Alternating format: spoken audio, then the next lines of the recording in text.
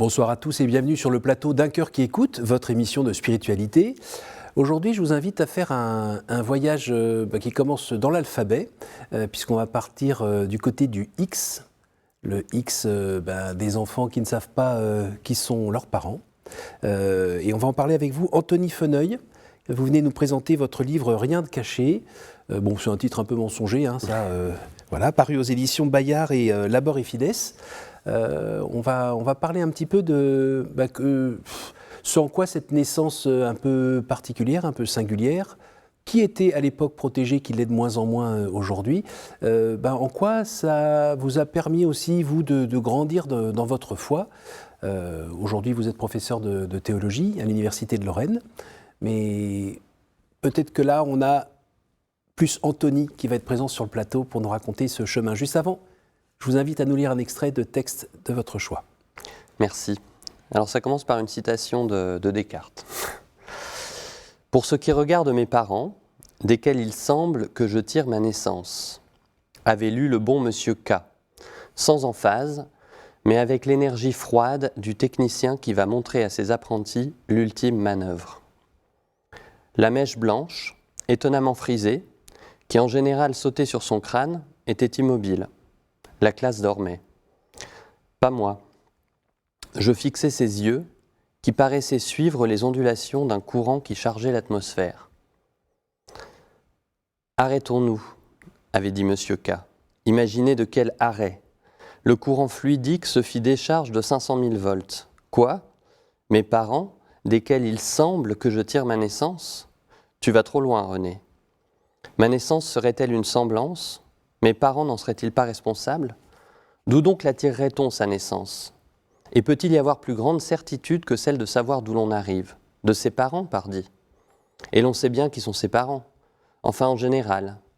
Mais moi, non, et voici que Descartes m'avait attrapé, et avec Descartes, certainement, toute la philosophie, et peut-être Dieu lui-même, et toute la foi. Et je comprenais maintenant la magie lancée par les yeux de K. La philosophie et le plus grand philosophe ne parlaient pas en général pour tout le monde, ne disaient pas seulement la vérité. Il me parlait à moi, me chuchotait à l'oreille, osait formuler ce que personne n'avait voulu me dire si directement. Tes parents ne sont pas tes parents, mais cela n'a pas d'importance, car il y a un chemin, un monde où les parents ne comptent plus. Au bout de ce chemin et partout dans ce monde, il y a Dieu. Et ce chemin, c'est la pensée, en toi, plus intime à toi que toi-même. Viens. Et j'ai couru. Toute l'émission est faite là, vous avez tout résumé. C'est pour moi le point central en fait de ce livre. C'est cette situation qui va vous permettre de rejoindre Dieu encore plus puissamment. Je pense qu'on pouvait le faire autrement, notamment pour vous. Mais c'est à vous de nous le raconter ça maintenant. Je pense qu'on va développer ce texte au long de cette émission. Déjà, est-ce que vous pourriez un peu nous situer d'où vous venez, qui vous êtes Alors, tout simplement, je suis né à Reims, il y a 42 ans, donc en 1984, et à ma naissance, j'ai été abandonné, je suis né sous X. Et quelques mois plus tard, j'ai été adopté par mes parents adoptifs, mes parents. Vous aviez 5 mois à peu près ? J'avais 5 mois. Et voilà, j'ai grandi, j'ai eu une enfance très heureuse dans un petit village à côté de Reims. Et puis, disons, à partir de l'adolescence et un peu plus tard, j'ai commencé à... J'ai jamais cherché à en savoir plus que ça sur mes origines. J'ai même, c'est le contraire, j'ai toujours vécu avec l'idée que la situation dans laquelle j'étais était la meilleure possible. Parce qu'on m'a toujours raconté cette histoire qui était vraie. C'est pour ça que le livre s'appelle « Rien de caché ».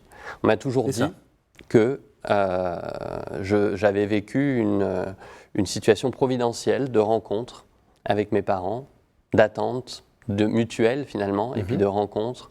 Alors eux, ils avaient attendu 7 ans ? Eux, ils avaient attendu 7 ans parce que vous savez que les procédures d'adoption sont toujours particulièrement longues et difficiles. Donc ils m'ont non seulement attendu, mais je dirais cherché.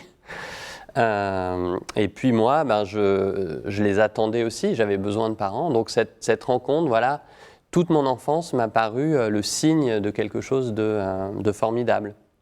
Et il a fallu très tard finalement, pour que des petites choses, et puis surtout la naissance de mon premier enfant, l'attente de mon premier enfant, commence à me faire un peu questionner cette histoire. Mais il n'y avait pas eu la bonne vieille crise de 13, 14, 15 ans, du genre « T'es qui T'es pas vraiment ma mère, de toute manière ?» Il n'y a pas eu toutes ces questions-là qui ont explosé à un moment? Alors, ben justement, non. Justement, C'était non. pour plus tard.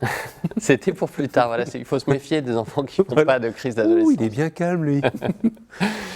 Mais je pense que justement, alors déjà, je ne veux pas parler pour l'ensemble des enfants adoptés, parce que c'est vraiment chaque situation est vraiment différente. Dans mon cas, je pense que ce n'était pas possible de dire des choses comme ça. Je sais que plein d'enfants disent ben non, de toute manière, tu n'es pas ma mère.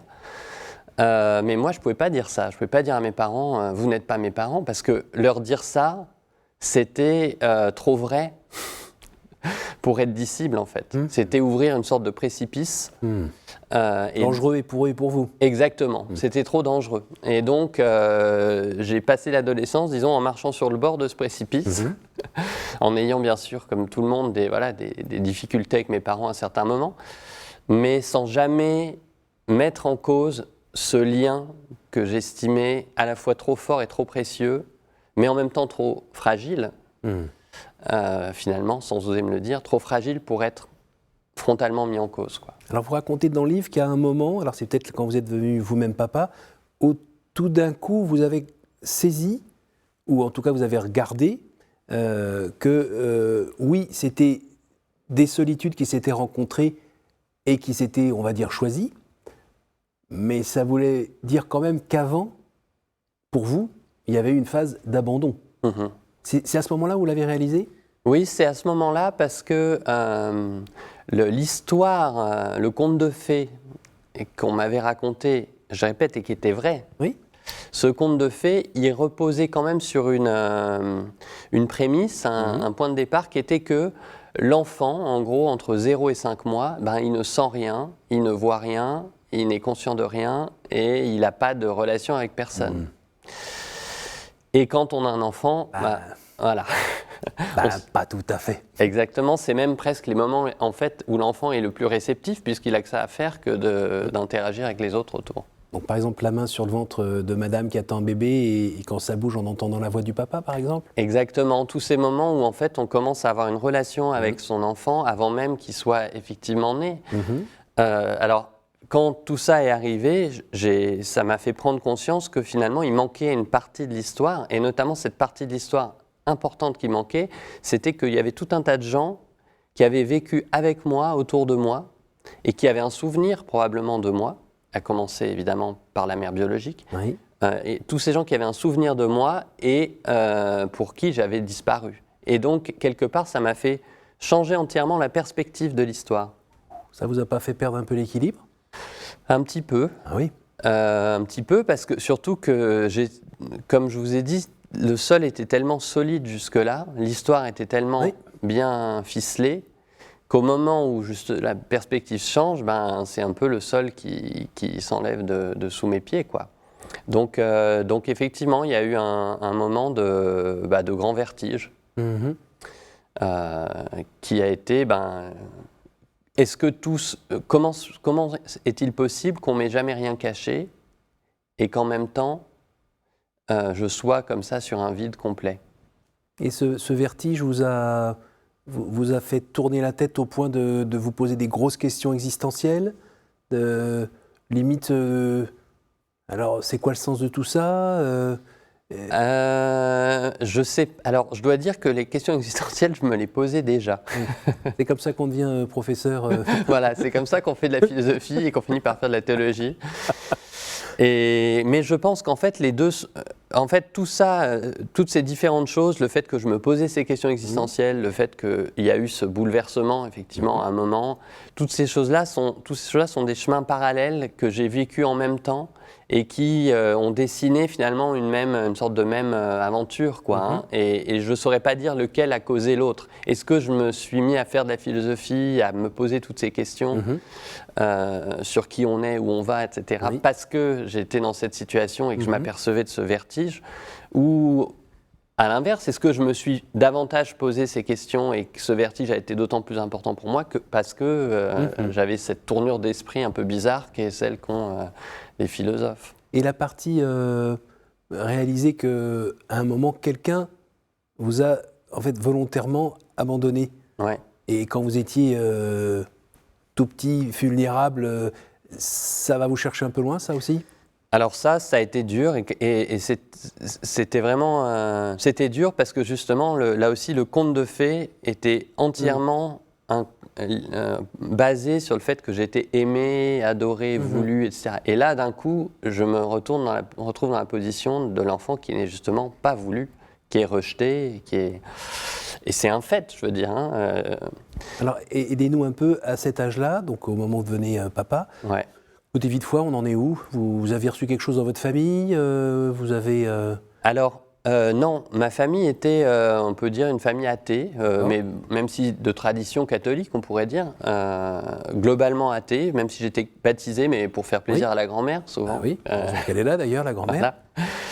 Voilà. Et en revanche, j'ai connu mon adolescence, justement, et au même moment, je disais, il y a deux chemins. Il y a le chemin de la philosophie, le chemin des questions existentielles, enfin des questions sur l'origine. Et il y a un troisième chemin, qui est le chemin de la foi, pour le coup. Et là aussi, je ne sais pas comment exactement il est lié aux autres, mais disons, de la fin de l'adolescence jusqu'à aujourd'hui, j'ai approfondi un chemin qu'on pourrait appeler de conversion, même si moi, je ne le comprends pas comme une conversion, mais plutôt comme un approfondissement. Et vous avez le souvenir à un moment d'avoir une rencontre interpersonnelle avec le Christ ? Alors, ça, c'est une question à laquelle j'ai beaucoup réfléchi. Les conversions, c'est comme tout le reste, on peut les raconter de plein de manières différentes. Oui. Et là aussi, je peux raconter ma conversion, si on veut, de deux manières différentes. Il y a une manière, disons, presque miraculeuse, mais dont je ne suis pas sûr, qui est le fait que quand j'avais une quinzaine d'années, j'ai décidé, pour des raisons presque de provocation, parce que j'avais été élevé un peu en marge du catholicisme et j'avais assisté à tout un tas de messes et j'étais toujours laissé de côté parce que je n'avais pas le droit de communier, étant baptisé mais n'ayant pas fait toutes les étapes du catéchisme, etc., de la première communion. Oui. Et donc je suis allé une fois dans une église pour assister à une messe et pour communier. Ah oui. Et j'ai été extraordinairement surpris de ce que j'ai ressenti. J'ai pas eu de conversion instantanée, mais quand des années plus tard, justement, à travers la philosophie, j'ai approfondi les questions autour de Dieu, autour de la foi, j'ai eu, une des manières dont je me suis raconté ce qui m'arrivait, c'est « Ah, mais en fait, tu as communié il y a 5 ans, il y a 6 ans, et cette communion, cette communion, ce sacrement, il a eu comme effet ce que tu es en train de vivre maintenant. » Alors, moi, j'aime beaucoup dire que les expériences les plus fortes dans notre vie ne sont pas forcément celles dont on est le plus sûr. Je ne serai jamais sûr que cette expérience de communion, ce sacrement auquel j'ai participé sauvagement quand j'avais 15 ans, est ce qui a déterminé la suite de ma vie. Oui, c'est peut-être ce qui est en lien avec notre liberté, c'est-à-dire que, en gros, on n'est pas obligé de croire. On n'est pas obligé de croire, et on n'est jamais... À un moment où on a l'acte libre de dire « Ok, j'adhère, tous les feux sont pas ouverts, mais j'y vais ». Absolument. Il y a et finalement, ce questionnement, il est tout aussi important et aussi fort que la certitude de se dire « c'est là que Dieu est venu et m'a touché de son doigt ». Alors, si on reprend un peu le trajet du livre, bon, c'est un livre, je sais pas, je crois que vous aimez bien Saint-Augustin. Voilà. Bon, moi, ça m'y a fait penser un petit peu dans tout ce questionnement intérieur, ces allers-retours et cette volonté d'essayer d'y voir un peu plus clair, cette façon de se batailler. C'est amusant la façon dont vous utilisez la langue pour tourner autour de ce X que vous avez porté sur votre dos pendant toute votre vie, mais qui à un moment était une protection, et puis à un moment on a envie de voir derrière, puis vous montez dessus pour voir plus loin. Enfin, tout tourne autour, et puis finalement, les circonstances vont faire que vous allez vous retrouver avec... il y avait une mode à ce moment-là où on faisait un test d'ADN pour savoir qui étaient nos ancêtres. Et bien là, le résultat est un peu bizarre, c'est que non, vous n'avez pas un peu de sang japonais, un peu de sang américain, non, ça vient bien de la région, c'est bien du côté de Reims, et alors en plus, ça, je ne savais pas que ça existait, on vous dit qu'il y a quelqu'un qui ressemble à peu près à ça dans votre région et qui s'appelle... Et là, ça vous ouvre une autre porte que vous n'aviez pas forcément envisagée. Oui, absolument. Celle d'aller voir ce qu'il y a vraiment derrière le X. Et effectivement, après une enquête qui peut être simple, mais que j'ai faite. Merci Internet. Voilà. J'ai pu découvrir, disons, ma famille biologique, quoi. Alors vous avez passé aussi quelque chose qui pour vous était important auparavant, c'était de respecter la liberté de la personne qui finalement avait accepté d'accoucher et vous ne savez pas pourquoi de ne pas continuer avec vous, donc de vous abandonner, mais pour autant qui n'avait pas fait par exemple un avortement. Ouais. Ça, vous l'aviez bien compris, ça. Absolument, et je pense que d'ailleurs c'est très important parce que finalement, qu'est-ce que je savais de ma mère biologique ? Je savais, d'abord, bon, tout à l'heure j'avais découvert que j'avais été rejetée, abandonnée. En fait, vous voyez, il y a ces deux récits, le conte de fées, de la rencontre, et le cauchemar de l'abandon, du rejet. En fait, ni l'un ni l'autre sont vrais. Tout à fait. Il y a aussi un autre récit possible qui est le récit de la mère qui confie son enfant pour l'adoption. Et tout ce que je savais quand même d'elle, ce que je savais de mes origines, l'héritage que j'avais, c'était le fait sa volonté de me confier. Donc, quelque part, la chercher, c'était, voilà, enfreindre la seule chose qu'elle m'avait dit. Oui. En fait, c'est toujours plus compliqué aussi parce que la volonté de quelqu'un il y a 40 ans, c'est peut-être pas la volonté 35 ans, 40 ans après. Mais voilà, c'est vrai que dans ma recherche, en tout cas, j'ai été soucieux, je crois, de toujours lui laisser la possibilité de fermer la porte et de dire c'est pas moi, je reste en dehors de cette histoire. Alors on passe, je sais pas on passe à peu près, c'est ça, une centaine de pages à être avec vous, à chercher, j'y vais pas, ça avance, et très rapidement vers la fin, vous la rencontrez. Évidemment, c'est pas feu d'artifice, plein de petits cœurs partout et on se court dans les bras au ralenti, maman, mon fiston, c'est pas ça. Eh non, c'est pas ça, même si effectivement dans le scénario hollywoodien, on voudrait que ça le soit. Avec le ralenti. Voilà. Mais parce que aussi, pour moi, ce qui est important dans cette histoire, finalement, c'est pas uniquement, je crois, la biographie, quoi, mon histoire un peu extérieure. Vous avez dit Saint-Augustin. Saint-Augustin, ce à quoi il réfléchit dans les Confessions, bon, c'est pas pour me comparer à Saint-Augustin, mais ce à quoi il réfléchit dans les Confessions, c'est justement comment les choses extérieures qui lui arrivent, ces épisodes biographiques, en fait, à chaque fois, le renvoient vers plus important, vers l'intérieur. Oui. Et c'est vers ce renvoi, cette recherche intérieure, qui va trouver les choses les plus personnelles, les plus importantes, qui sont à la fois les siennes, d'ailleurs, et qui sont toujours en lien avec Dieu, pour le coup. Hein. Donc, c'est finalement ce que ce chemin de recherche de mes origines biologiques m'a montré, je crois, ou m'a conduit à faire, c'est aussi un chemin vers des découvertes plus grandes, ou une recherche plus grande, qui est une recherche de ce que ça veut dire être soi-même.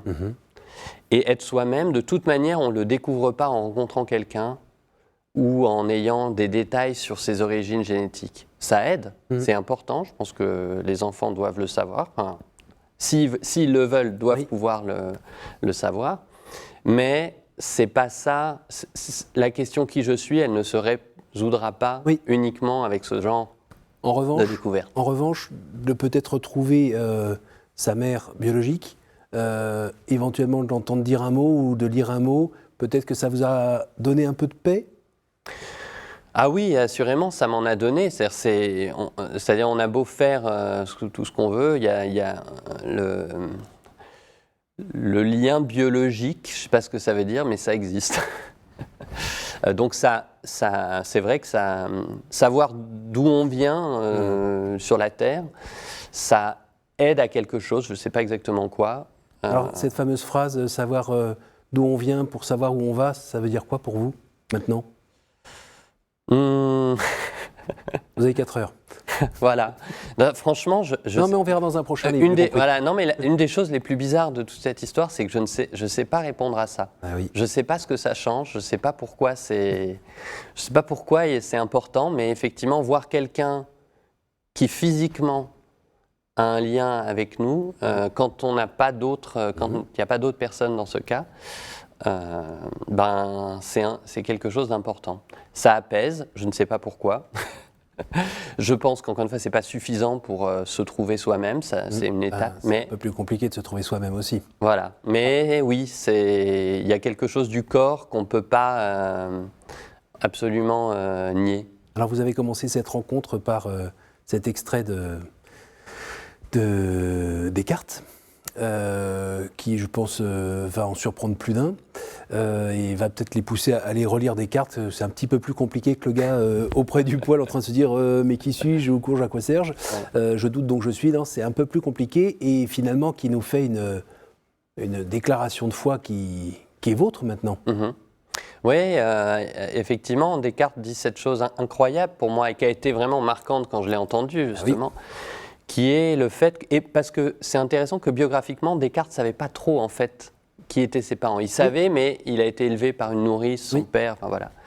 Mais il dit à un moment, voilà, il dit exactement ce que disait déjà saint Augustin. D'ailleurs, Descartes, c'est un des grands augustiniens dans l'histoire de la pensée.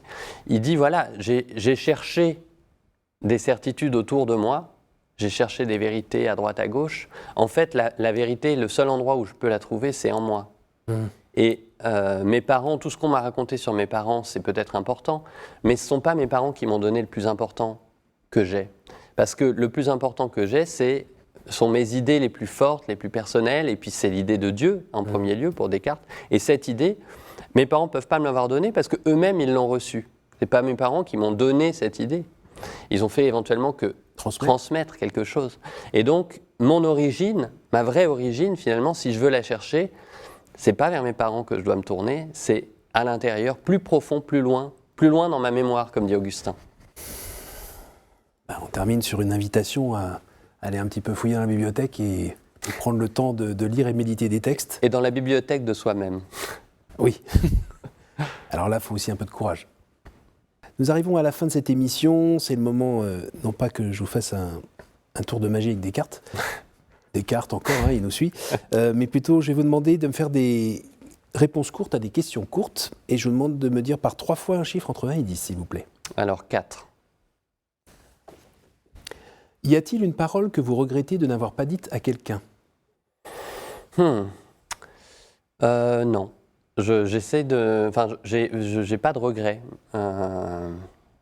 Et je pense que de toute manière, les choses, en général, ce qu'on dit n'est pas très important et que les gens nous entendent autrement que par ce qu'on dit. C'est beau ça, d'entendre ça dans la bouche d'un philosophe donc qui essaye de trouver les bons mots pour transmettre et qui finalement y arrive peut-être pas complètement. À nouveau, entre 1 et 10 s'il vous plaît. 8. Quelle est la dernière fois où vous avez reconnu l'action du Christ dans votre vie ? Mais je dirais que... Alors, il y a des moments... C'est une question vraiment que je me pose très souvent, les moments... Parce qu'il y a plein de moments où on sent des sortes de coïncidences, dont on sent que ce n'est pas des coïncidences, mais que c'est quelque chose de plus. La providence ? De la providence, voilà. Donc, je ne saurais plus dire là comme ça, mais je pense que ça m'arrive très fréquemment. Et simplement, je pense que c'est toujours très important de jamais trop y croire. Parce que c'est un peu facile de voir l'action du Christ dans tout ce qui nous entoure, etc. Et je pense qu'il faut se méfier de cette tendance. Pour l'interprétation, voilà. Et faire en sorte que ça explique des choix qu'on a fait personnels et gentiment dire, bah oui, mais regarde, il y avait ces signes-là et donc...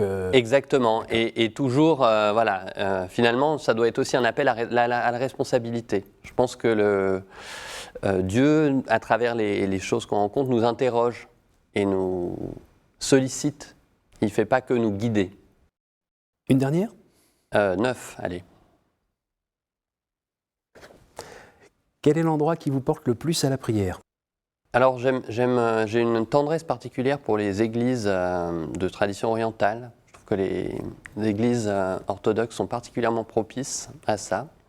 En tout cas, maintenant dans ma vie, c'est vers là que je me retourne. Et puis sinon, évidemment, à chaque fois que je suis dans un lieu de grande beauté, pour moi, la prière, c'est d'abord la reconnaissance. Et donc, voilà, la beauté me porte à cette reconnaissance. Merci beaucoup Anthony, merci beaucoup d'être venu jusqu'à nous. Je rappelle le titre de votre livre, Rien de caché, par Anthony Feneuil aux éditions Bayard et Labor et Fides.